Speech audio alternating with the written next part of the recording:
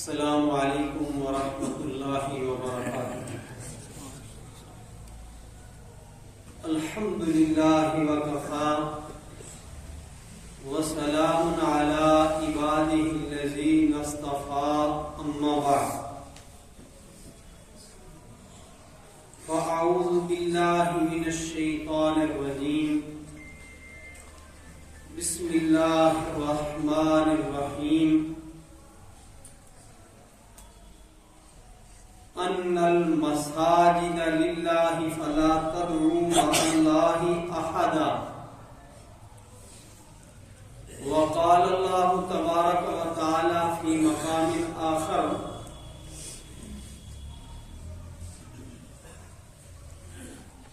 انما یعمر مساجد اللہ من آمن باللہ والیوم الآخر،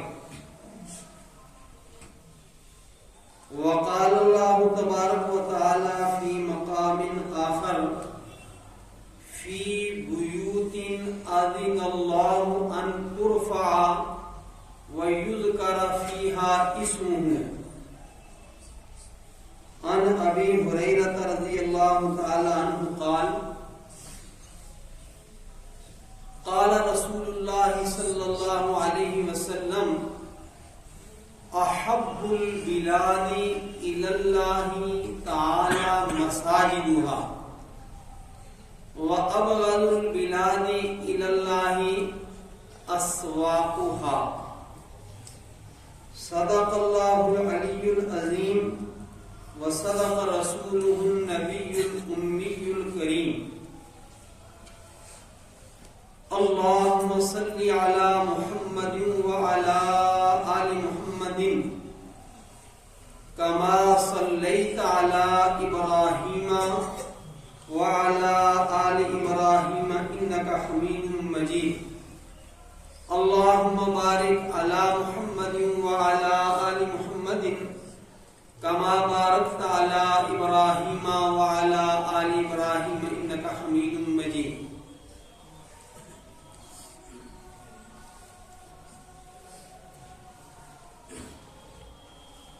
آپ سب یہ سنتے رہتے ہیں اور آپ کے علم میں ہے، یہ اللہ تعالی کی بہت ہی وسیع مخلوقات ہیں جن کو اگر کوئی شمار کرنا چاہے تو نہیں شمار کر سکتا،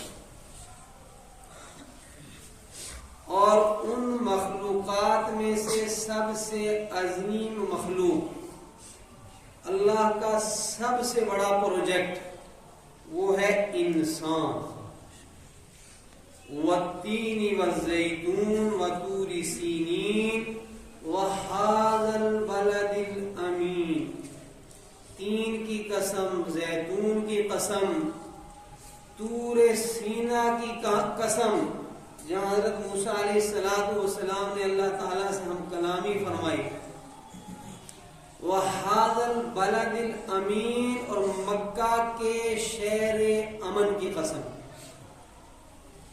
لَقَدْ خَلَقْنَا الْإِنسَانَ فِي أَحْسَنِ تَقْوِيمٍ۔ اللہ کی مخلوقات میں سب سے زیادہ صاحب حسن و جمال، صاحب کمال وہ انسان ہے۔ یہ اللہ کی تخلیقات کا شاہکار ہے۔ انسان اللہ کی مخلوقات کے کمالات میں سے سب سے عظیم کمال ہے۔ اور پھر اللہ رب العالمین نے فرمایا کہ اتنا عظیم انسان، اتنی عظیم مخلوق کو میں نے پیدا کیوں کیا؟ وَمَا خَلَقْتُ الْجِنَّ وَالْإِنسَ إِلَّا لِيَعْبُدُونَ، تاکہ یہ میرے عبادت گزار بنیں۔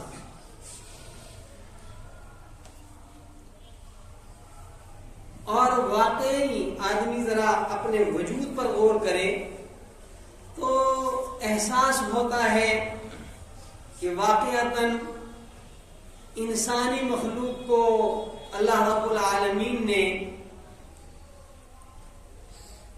بدرجہ دوسری مخلوقات کے امتیاز بخشا ہے.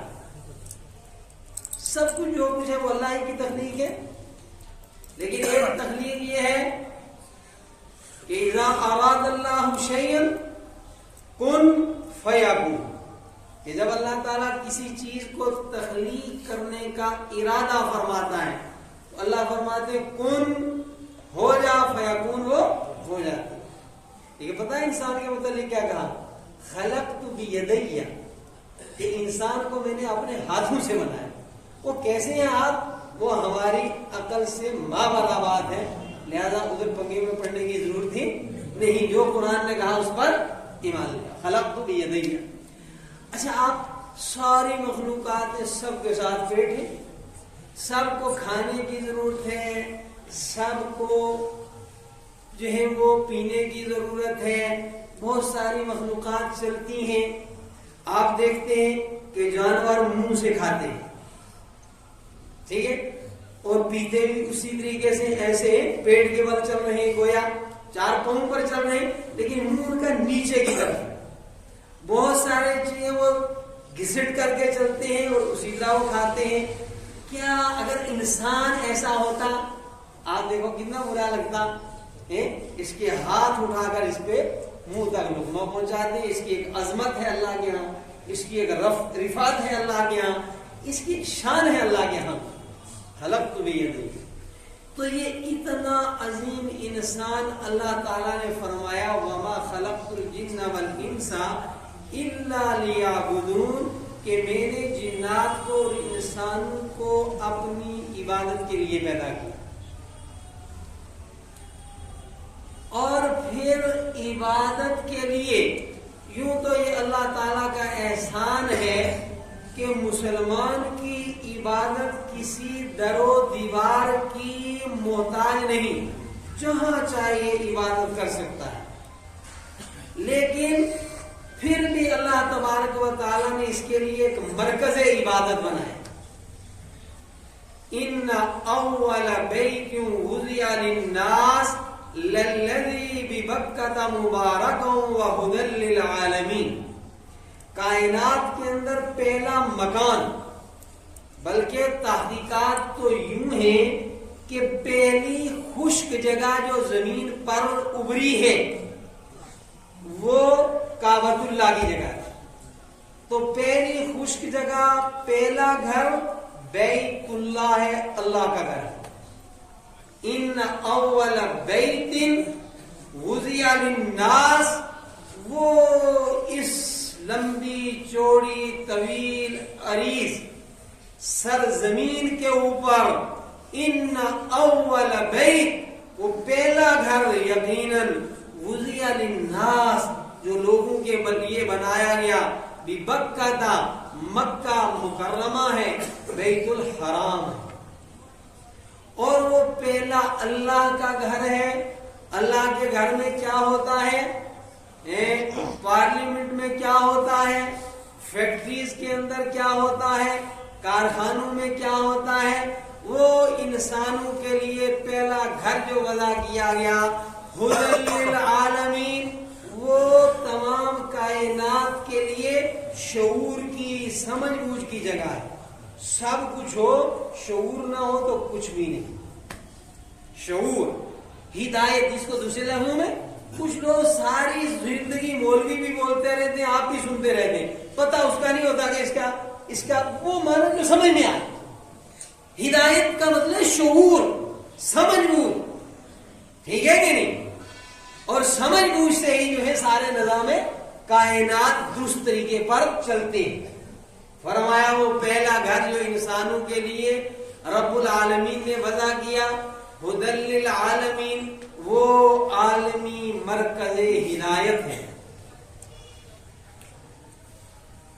اللہ رب العالمین نے اہل ایمان کی جو نشانیاں قرآن میں بتائیں،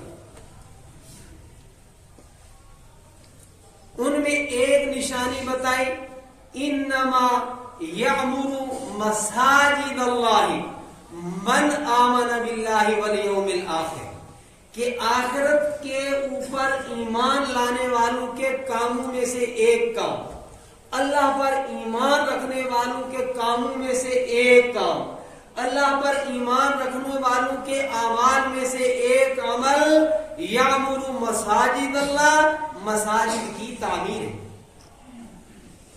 چنانچہ جس طریقے سے پہلا گھر حضرت آدم علیہ السلام ہی کے دور میں سے پہلے جو ہے وہ تعمیر کعبۃ اللہ تھی۔ حضور اکرم صلی اللہ تعالی علیہ وسلم سب سے آخری نبی، بس اس معاملے میں کوئی سمجھوتا نہیں۔ آپ آخری نبی ہیں، آپ کے بعد کوئی نبی نہیں، کسی قسم کا نبی نہیں، شریعت والا کوئی نبی نہیں، غیر شریعت والا کوئی نبی نہیں، نبی کا سایہ نہیں، کچھ نہیں، آپ خاتم النبیین ہیں، یہ ہمارا عقیدہ ہے۔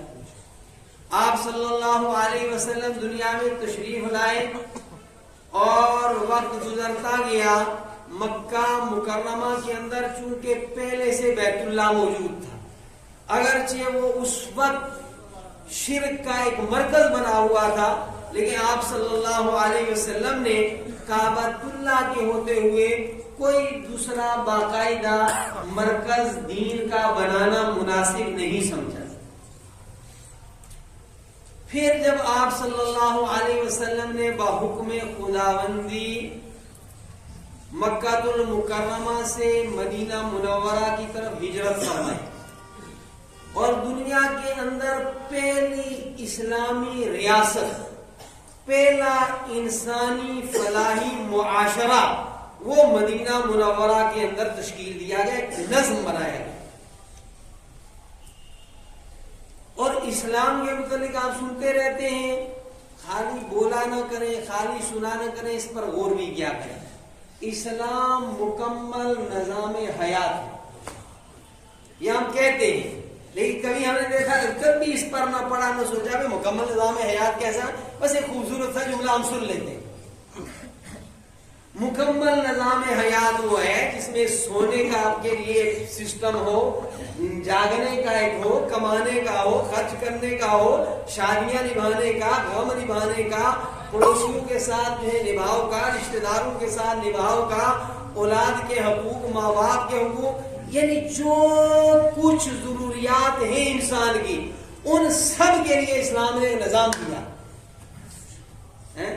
دیکھیے کیا کبھی ایسا ہوتا ہے کہ ہمارے ہاں کوئی معاملہ پیش آئے، خوشی ہے، شادی ہونی ہے، تو ہم پڑھیں کہ نظام اسلامی کیا ہے؟ خیر، یا موت ہو تو ہم پڑھیں باقاعدہ کہ بھئی اسلامی نظام کیا، رواجی کچھ چیزیں کر لی جاتی ہیں، وہ بھی ڈھنگ سے نہیں کرتے اور نہ کسی سے سیکھنے کی زحمت گوارا کرتے۔ پورے ہمارے خطے کے اندر اچھا روایات کو توڑنا اتنا مشکل ہوتا ہے کہ مت پوچھو، یہ بڑی مصیبت بھی ہوتی ہے، کوئی آسان کام نہیں ہے۔ مردے کو صحیح قبر میں رکھتے نہیں عمومی، اور کبھی کوئی آپ میں سے پوچھے گا نہیں اٹھنے کے بعد کہ مولوی صاحب صحیح طریقہ کیا ہے رکھنے کا، اور جب آپ کو اتنی قدر ہی نہیں تو مجھے بھی کیا ہے اتنی ہندی کی چندی کرنے کی۔ کچھ چیزیں چھپا کر اللہ نے بھی رکھی ہے کہ قدر والے ڈھونڈیں گے، شب قدر کو قدر والے ڈھونڈیں گے۔ تو ایک نظام ہے اسلام، اور اس نظام اسلامی کا پہلا قیام دنیا کے اندر عملی طور پر مدینہ منورہ کے اندر تشکیل پایا جب رسول اللہ صلی اللہ علیہ وسلم مکہ مکرمہ سے ہجرت فرما کر مدینہ منورہ تشریف لے گئے، تو وہاں پہلا اسلامی اجتماعی نظام آپ نے قائم کیا، اسلامی ریاست قائم کی، آپ کہہ سکتے ہیں اسلامی حکومت قائم کی۔ آپ صلی اللہ علیہ وسلم نے اسلامی نظام کے قیام کے لیے سب سے پہلا کام کیا کیا؟ سب سے پہلا کام اسلامی ریاست کے اندر حضرت نبی اکرم صلی اللہ تعالی علیہ وسلم نے تعمیر مسجد کا کیا۔ پہلا کام اسلامی نظام کا مرکز وہ مسجد ہے۔ اگر آپ یاد رکھیں تو کہہ دیں، بڑا افسوس ہوتا ہے جب یاد نہیں رکھتے۔ مساجد اپنے کردار کے ساتھ رہے گی تو امت اپنے کردار کے ساتھ باقی رہے. اور اگر نظام مساجد برائے نام ہوا تو امت کا اسلامی کردار باقی نہیں رہے گا.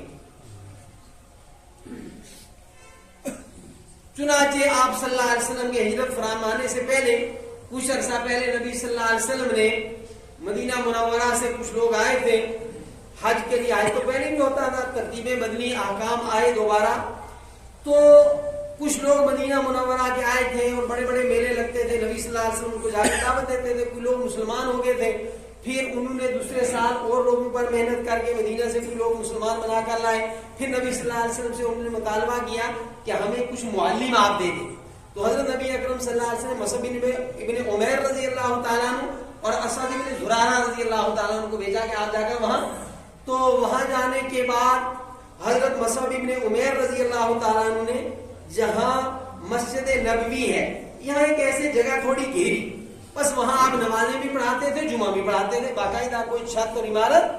اور پھر جب ہجرت کا معاملہ پیش آیا تو مصعب ابن عمیر بھی تشریف لے آئے مکہ مکرمہ کے. میں اس قافلے کے ساتھ جو ہے وہ ہجرت کرنے کی سعادت حاصل کروں گا.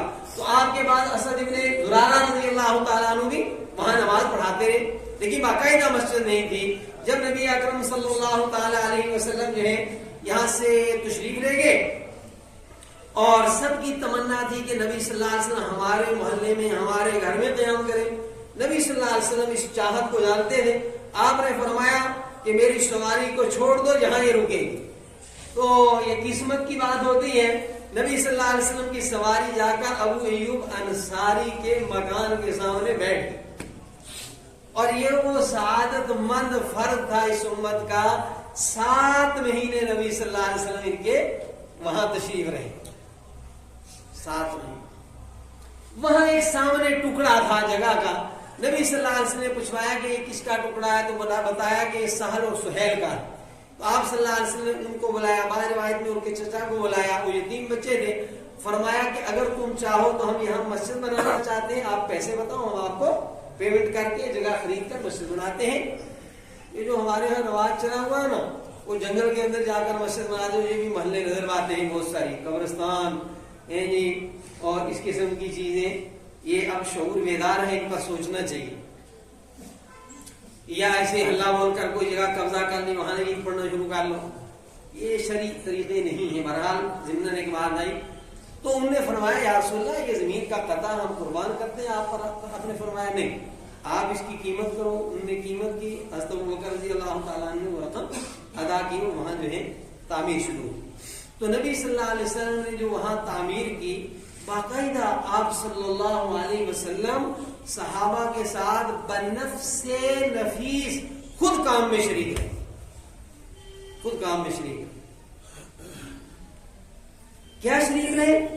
آپ بھی اپنے کاندھے مبارک پر پتھر اٹھا اٹھا کر صحابہ کے ساتھ لاتے تھے.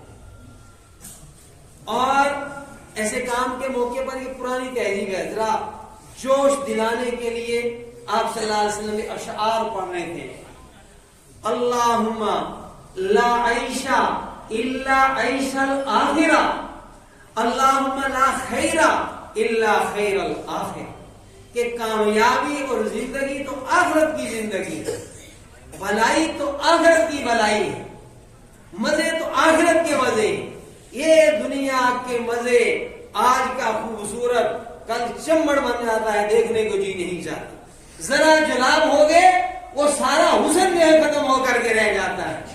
ٹھیک ہے کہ نہیں؟ ابھی وہ اب تو اللہ معاف کرے, اب تو معاف کرے, جب رشتہ دیکھنے جاتے ہیں اور پھر جب شادی کے 8-10 دن بعد جو ہے وہ منہ دھوتے ہیں تو پتا چلتا ہے شاید وہ کوئی اور بندہ ہے, یہ کوئی اور کینڈیڈیٹ ہے. ٹھیک ہے کہ ہوتا ہے اس وقت سماج میں. مجھے تو یہ پتا چلا کہ وہ چہرہ کا نہ اتر جائے اس کے لیے کئی دن تک غسل وضو ہی نہیں کیا جاتا, نہ بھاگ رہتے کہ سارا پردہ جو ہے وہ فاش ہو جائے گا. تو نبی صلی اللہ علیہ وسلم نے فرمایا اللہم لا خیر الا خیر الآخرہ, اللہم لا عیش الا عیش الآخرہ. کمالات, عزت, عافیت, سہولت, زندگی یہ تو آخرت کی ہے. آپ یہ فرماتے تھے اور فرماتے فاغفر للانصار والمہاجرہ، صحابہ کرام کو جیسے آپ کے ساتھ کچھ لوگ کام کر رہے ہو، آپ ان کو انعام دیتے ہیں، دعائیں دیتے ہیں، شاباش کہتے ہیں، تو نبی صلی اللہ علیہ وسلم فرما رہے ہیں فاغفر للانصار والمہاجرہ، اے اللہ مہاجرین کے انصار کی بخشش فرما۔ تو اس طرح نبی صلی اللہ علیہ وسلم نے مسجد کا کام کیا، اور قرآن کریم میں 27 مقامات پر مساجد کا تذکرہ ہے، 27 مقامات کے اوپر 3 مسجدوں کا نام لے کر تذکرہ ہے، مسجد قبا، مسجد حرام، مسجد اقصی۔ پھر مسجد نبوی میں جب نمازیں ہونے لگی جگہ تنگ پڑ گئی، ٹھیک ہے، پروسیس جاری رہنا چاہیے مساجد کا، تو نبی صلی اللہ علیہ وسلم نے فرمایا کہ مسجد کی جگہ تنگ پڑ گئی تو سامنے والی زمین کون خرید کر وقف کرے گا؟ تو حضرت عثمان رضی اللہ تعالیٰ عنہ نے پہلے کچھ ضرورت کی، پھر وہ ساری جگہ خرید کر کے وقف کر دی، اور اب غالباً 135 صحابہ کرام کی رہائش گاہیں مسجد نبوی کا حصہ بن چکی۔ ان کی تمنا تھی نا ہمارا مسجد میں لگے، ہم سوچتے ہیں کہ بچ ہی جائے تو ٹھیک ہے جی، ان کی تمنا تھی، تمنا پوری ہوگی کیسے؟ ان کی جو مسجد وہ جگہ جہاں رب کو سجدہ کیا جائے، جہاں اللہ کے سامنے سر نیاز کو خم کیا جائے، جہاں تسبیحات، تحلیلات، تمجیدات جو ہے وہ پڑھی جائیں، وہ مقدس جگہ ہے مسجد۔ حضرت نبی اکرم صلی اللہ علیہ وسلم نے فرمایا احب البلاد الی اللہ مساجدها، روئے زمین پر سب سے قیمتی، سب سے پسندیدہ جگہ مساجد ہیں، وَأَبْغَضُ الْبِلَادِ إِلَى اللَّهِ أَسْوَاقُهَا، اور سب سے ناپسندیدہ جگہ بازار ہے۔ تفصیل کا موقع نہیں، جیسے طلاق جائز تو ہے مگر برا عمل ہے، بازار جائز ہے ناجائز نہیں، لیکن اللہ کے ہاں زیادہ پسندیدہ نہیں، وجوہات بتانے کا وقت نہیں ہے۔ ایک مرتبہ ایک یہودی عالم حضرت نبی اکرم صلی اللہ علیہ وسلم کی خدمت مبارکہ میں حاضر ہوا اور عرض کی یا رسول اللہ صلی اللہ علیہ وسلم، روئے زمین پر سب سے اچھی پسندیدہ جگہ کون سی؟ تو نبی صلی اللہ علیہ وسلم نے توقف فرمایا، رک گئے کہ میں اللہ سے پوچھ کر بتاؤں۔ چنانچہ جبریل علیہ السلام تشریف لائے، نبی صلی اللہ علیہ وسلم نے جبریل علیہ السلام سے پوچھا، اور جبریل علیہ السلام بارگاہ خداوندی میں حاضر ہوئے اور بہت خوش واپس آئے، بتانے سے پہلے یہ عرض کی کہ یا رسول اللہ صلی اللہ علیہ وسلم، آج سب سے زیادہ مجھے اللہ کا قرب حاصل رہا۔ پہلے بھی آتے جاتے ہیں، فرمایا کتنا قرب حاصل رہا؟ فرمایا آج اتنا قرب حاصل رہا اللہ سے کہ 70,000 نورانی پردے میرے اور اللہ کے درمیان میں تھے۔ اس سے پہلے اس سے زیادہ ہوتے تھے، اس سے پہلے اس سے زیادہ۔ اس مرتبہ محبوب نے بھیجا تھا کہ پوچھ کر آؤ، فرمایا اللہ نے فرمایا ہے سب سے زیادہ پسندیدہ جگہ مساجد ہیں اللہ کے نزدیک۔ سارے دنیا کے محلات یہیں رہ جائیں گے، ٹوٹ پھوٹ جائیں گے۔ کسی بندے نے بڑا عالیشان محل بنایا اور محل بنانے کے بعد بورڈ لگایا اور اپنے نمائندے کھڑے کیے، ہر گزرنے والا اپنی رائے دے، میرے اس قصر عالی شان میں کوئی کمی تو نہیں؟ سب کہتے رہے اوکے اوکے، کیا پوچھنا، واہ واہ۔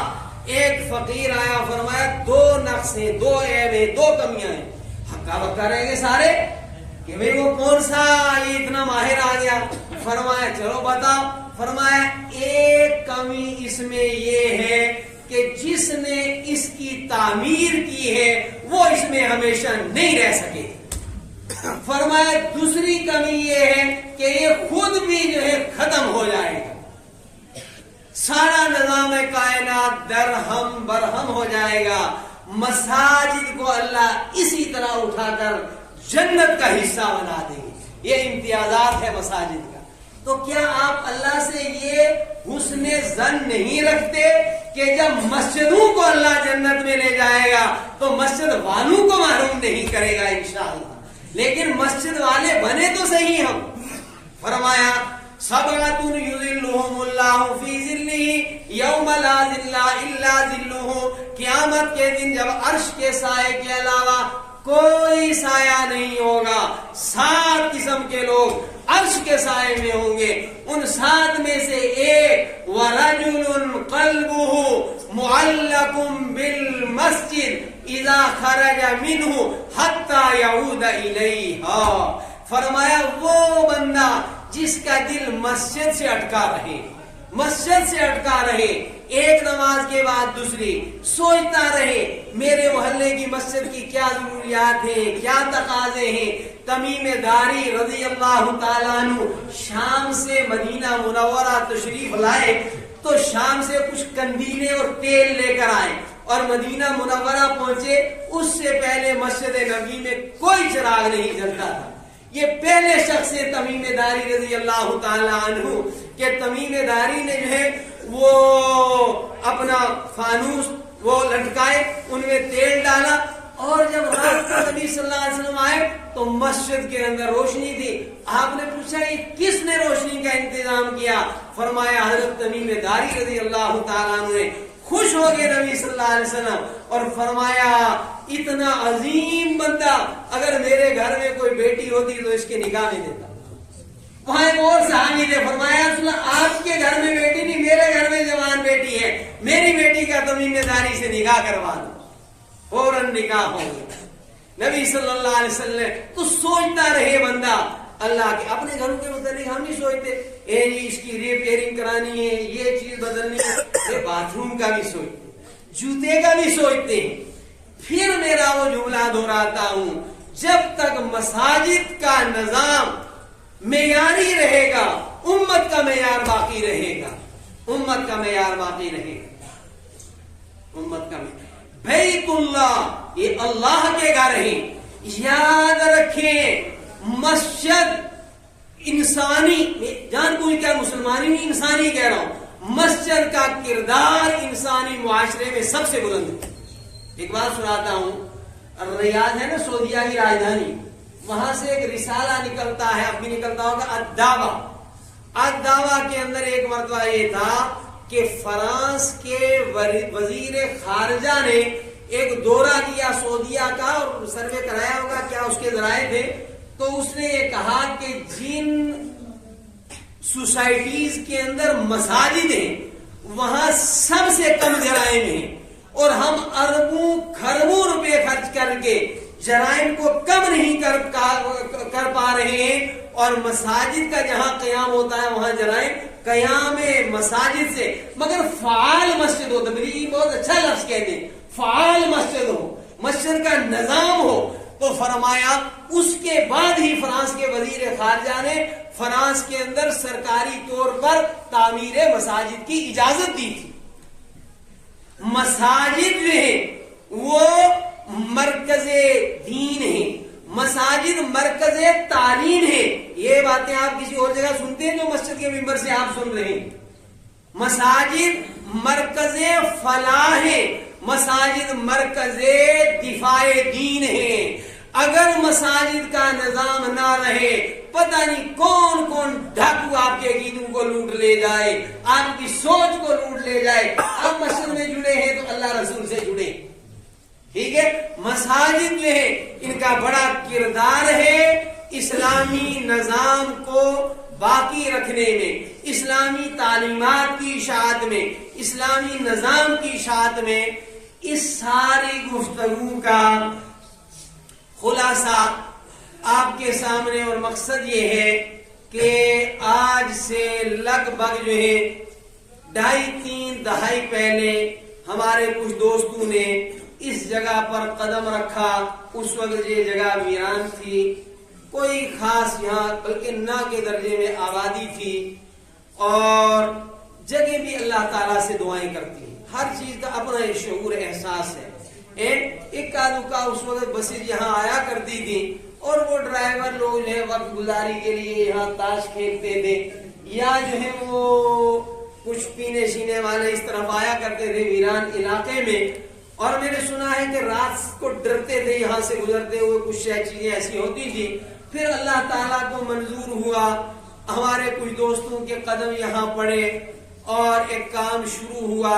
لگ بھگ سن 2000 کے دائیں بائیں جو ہے اس کی تعمیر کا کام شروع ہوا، اور پھر 2006 میں یہ کام لگ بھگ مکمل ہو گیا. یہ جو جس کا جگہ پر آپ بیٹھے ہوئے ہیں، پھر وقت گزرنے کے ساتھ چھت پر مجمع ہونے لگا.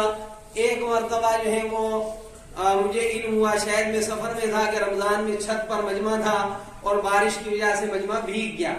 تو پھر ہم نے کوشش شروع کی، تو الحمدللہ 2011 میں دوسری چھت کا سلیب ہم نے ڈال دیا. لیکن 2011 اور آج کیا ہے 2015 سالوں میں کیا کیا انقلابات آپ کے گھروں میں آئے، ہماری سوسائٹیز کے اندر کیا کیا انقلاب آئے، ویرانے آبادیوں میں تبدیل ہو گئے. ایک کچے مکان پکے بن گئے، پکے جو ہیں ان میں وسعت آ گئی. ایک مکان تھا 2 بن گئے اللہ کے فضل سے، اور ایک ملازم تھا گھر میں کئی ملازم ہو گئے ماشاءاللہ. تو مسجد کے معاملے میں 2011 کے بعد ہم ایک اینٹ نہیں ہلا سکے، اتنا لمبا عرصہ. اور یہ جو اگلی صفوں میں بیٹھے ہیں اور دیواروں کے ساتھ بیٹھے ہیں، یہ بھی کرنا چاہیے. وہ دیواروں پر نظر ڈالیں کہ یہ دیواریں آپ کو کچھ کہہ رہی ہیں، ڈالیں نظر دیوار. یہ پلروں پر نظر ڈالیں، یہ پلر آپ کو کچھ کہہ رہے ہیں. ٹھیک ہے، باہر سے گزرتے ہوئے نظر ڈالیں تو جو مکمل کام ہو چکا تھا وہ کام بھی دوبارہ مرمت مانگ رہا ہے، اور کام ہمارا ابھی مکمل نہیں ہوا. یہ دعوت کا مرکز بھی ہے، جماعتیں آتی ہیں، طلباء کا اپنا ایک نظام ہے، ٹھیک ہے کہ نہیں، اپنے اپنے کاموں کی ترتیبیں ہوتی ہیں. تو ان سب چیزوں کے پیش نظر اچھا مدرسے کا جو کام ہے مسلسل آگے بڑھ رہا ہے، لیکن ضروریات اس سے آگے بڑھ رہی ہیں. حفظ ایک کلاس ہے تو 2 ہو رہی ہیں، عربی ایک ہے تو 2 ہو رہی ہیں، اسکول میں کلاسیں بڑھ رہی ہیں. تو پھر اگر مسجد ہمارے پاس 2 منزل ہو تو حفظ کی اور قرآن کی درسگاہیں کسی ایک منزل میں لگائی جا سکتی ہیں. اجتماعات کا مسئلہ ہے. تو اس کے پیش نظر ہمارے ساتھی اللہ آپ سب کو جزائے خیر عطا فرمائے، انفرادی طور پر تو مجھے توجہ دلاتے رہے کہ بھئی اب آپ اس کام کو شروع کرو، لیکن بہت سارے تقاضے ہوتے ہیں خدام کے سامنے کہ بھئی ہم یہ شروع کر لیں تو یہ کام رہ جائے گا، اس کا ہونا بہت ضروری ہے. تاہم یہ کہنے میں 100% سے سچا ہوں کہ یکم رمضان المبارک سے شاید کوئی دن گزرا ہو جس دن اس کی تعمیر کے لیے میں نے دعا نہ کی ہو، اللہ سے مدد نہ مانگی ہو. بالآخر 2 دن پہلے میں نے فیصلہ کیا اللہ پر بھروسہ کر کے کہ انشاءاللہ ہم فی الفور کام شروع کریں گے. اگر مجھے اسی ہفتے میں جو ہے وہ مستری میسر آ جاتے ہیں، ٹھیکیدار مل جاتا ہے، تو اللہ کے بھروسے پر شروع کریں گے. آپ سے بہت مؤدبانہ درخواست ہے، بہت مؤدبانہ درخواست ہے. میں نے ابھی تفصیل سے بتایا، میرے آپ کے مکان اللہ مبارک کرے، اللہ 2 منزلہ ہے تو 3 منزلہ آپ کو عطا فرمائے. اللہ رب العالمین ایک ہے تو سب بچوں کو الگ الگ ضرورت سے کے مطابق راحت آرام والے مکان نصیب فرمائے، میری دلی دعا ہے. لیکن اس کے ساتھ ساتھ یہ بھی درخواست ہے کہ آؤ سوچیں اپنے مکان پر کتنا لگاتے ہیں اللہ کے گھر پر، اور کتنے سالوں سے ہم سجدہ یہاں کر رہے ہیں. تو مساجد کا نظام تو ہم نے دیکھنا ہے، جو جس مسجد سے وابستہ ہے دوسرے تھوڑے آ کر دیکھیں گے. تو باشعور طریقے سے سمجھداری کے ساتھ جو ہے میں اپیل کرتا ہوں آج کہ باہمت طریقے سے جوش خروش ایمانی ولولے سے آپ اٹھ کھڑے ہوں گے، اور خدا کرے کہ آئندہ چند مہینوں میں اس کی تعمیر کی تکمیل ہو جائے. تمام بہتر مالداروں سے میری درخواست ہے کہ 1 لاکھ سے کم کا ارادہ نہ کریں. میری فانی رہا اللہ کو اور آپ کا معاملہ کا 1 لاکھ والے تیار ہو جائیں. جو اس سے تھوڑے کمزور ہیں مگر ملازم ہیں، کوئی ملازم 1 تنخواہ سے کم نہ دے. اسی طرح تاجر حضرات جب تک کام مکمل ہو جاتا مجھے توقع ہے اللہ کی ذات سے بہت زیادہ وقت انشاءاللہ نہیں لگے گا، بہت مانگا ہے اللہ سے اور وہی کرنے والی ذات ہے۔ میری درخواست رہے گی کہ تاجر حضرات ہفتے میں ایک دن کا جو آپ کا نفع ہے وہ دے دیں۔ اس طریقے سے زراعت پیشہ حضرات جو بھی ہیں ہر فرد گھر میں اس طریقے سے کہ میں اتنا اپنے گھر سے دوں گا، ایک طریقہ ہوتا ہے، یہ سلیقہ سیکھیں۔ میرے گھر میں 10 فرد ہیں، میں اپنی حیثیت کے مطابق، بیوی اپنی حیثیت کے مطابق، بچے اپنی حیثیت کے مطابق، کوئی گھر کا نابالغ بچہ بھی آپ کا نہ بچے جس کا حصہ اس مسجد کے اندر نہ لگے، اور اس کے لیے یہی مجمع کھڑا ہو جائے، جبکہ اس کے باہر بھی اچھا خاصا مجمع ہے، آپ سے جڑا ہوں الحمدللہ، وہ بھی تعاون کریں گے۔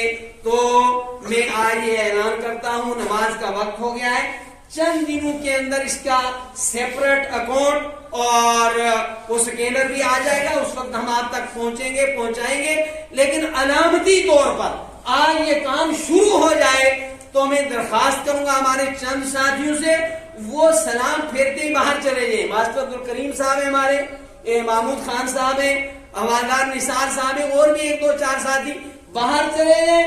آپ اللہ کے بھروسے پر شروع کر دیں، آج رمضان کا آخری دن ہے، آج ایک دیں گے 70 کا جو ہے وہ ثواب ملے گا۔ علامتی طور پر شروع کر دیں اور گویا اب ہم کام شروع کریں گے۔ ایک درخواست اور ہے کہ ایک ہمارے کارکنان ہیں، ان سے میری درخواست ہے کہ اگر آپ 1 2 گھنٹے بھی نہیں دیں گے، میٹنگوں کو بھی نہیں دیں گے تو پھر کام کیسے ہوگا؟ اس کام کے لیے جب آپ کو پکارا جائے، خط ملے، اعلان عمومی ہو، فوراً حاضر ہو۔ کچھ لوگوں کو کام کرانے کی صلاحیت سب تو نہیں ہوتے، ان حضرات سے بھی میں گزارش کروں گا، پھر ان سے رابطہ کروں گا کہ بھی جن کو کام اچھا کروانا آتا ہے وہ اس کو جو ہے ٹائم دیں، ہم چیز سستے میں خرید سکیں، کام بہتر طریقے سے کرا سکیں، کم وقت میں کام کرا سکیں۔ اجتماعی کاموں میں یہ چیزیں دیکھی جاتی ہیں، تو سارے کے سارے اپنا پیسہ دینے کے ساتھ، کوئی اینٹ دینا چاہے تو اینٹ کا ایک ٹرک دے دے، کوئی جو ہے وہ کچھ سیمنٹ کے بیگ 150 دینا چاہے وہ دے دے، سریا تھوڑا سا ضرورت پڑے گا، زیادہ سریے کا کام نہیں ہے، کوئی جو ہے اپنا ایک ڈمپر ٹپر جو ہے وہ ریت کا دے دے، بجلی کا دے دے، اتنے مزدوروں کے پیسے دے دے۔ تو اس طریقے سے ایک ترتیب بنائیں گے۔ اللہ آپ کو خوش رکھے، آباد رکھے، خدا کرے کہ کچھ ہی مہینوں کے بعد مکمل کام کر کے ہم اوپر جو ہے افتتاح کریں، پھر اس کا بھی ریپیئر کا کام ہے۔ تو یہ میری درخواست رہے گی، جن حضرات کا میں نے نام لیا اس کے علاوہ بھی ساتھی سمجھتے ہیں کہ اس کی ذمہ داری ہے، فوراً سلام پھیرتے ہی باہر چلے جائیں اور جو کچھ اس وقت جیب میں ہے وہ دے جائیں۔ باقی جو رقومات ہوں گی وہ جب اس کا الگ اکاؤنٹ ہو جائے گا، اور سکینر یہ پہلے مدرسے کا ہے، اس کی بھی ہمارے پاس ترتیب تھی، لیکن چونکہ یہ کافی بڑے پیمانے پر رقم آئے گی تو پھر اس کو الگ کرنا مشکل ہوگا، اور کچھ پہلے سے بھی ہمارے پاس رقم ہے، کچھ ساتھی مستقل ہر مہینے دیتے ہیں، اللہ انہیں جزائے خیر عطا فرمائے، تعمیر نہ ہونے کے باوجود ہر مہینے کئی سالوں سے کچھ ساتھی مسجد کے لیے دیتے ہیں۔ کل پرسوں سے بھی کان میں کچھ ساتھیوں کے پڑھا، انہوں نے بھی کوئی نذرانہ پیش کر دیا، تو بہت جلدی ہم کام شروع کریں گے۔ اللہ پھر زندگی میں ہمیں آپ کو رمضان المبارک نصیب فرمائے۔